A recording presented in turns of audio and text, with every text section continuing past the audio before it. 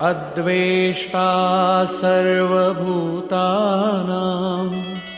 మైత్రః కరుణ ఏవ చ నిర్మమో నిరహంకారః సమదుఃఖ సుఖ క్షమీ.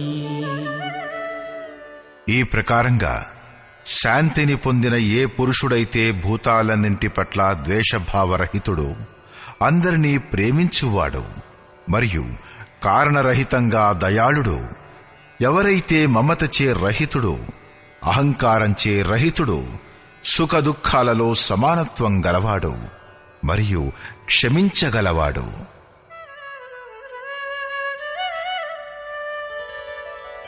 సంతుష్టః సతతం యోగి యతాత్మా దృఢనిశ్చయః మయ్యర్పితమనో బుద్ధిః యో మద్భక్తః స మే ప్రియః.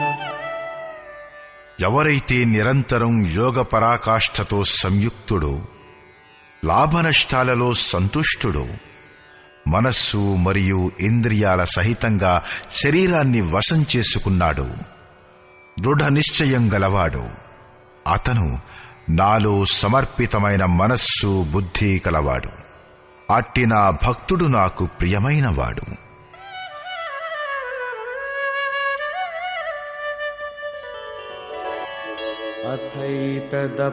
అథైతదప్యశక్తోసి కర్తుం మద్యోగమాశ్రితః సర్వకర్మఫలత్యాగం తతః కురు యతాత్మవాన్.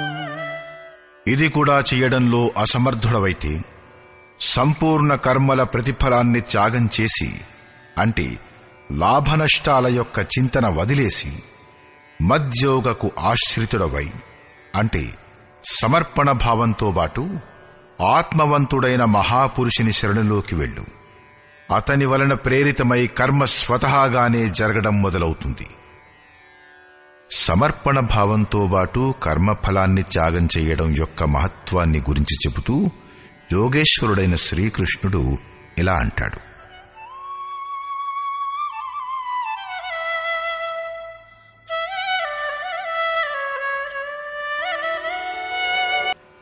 సంజయ ఉవాచ.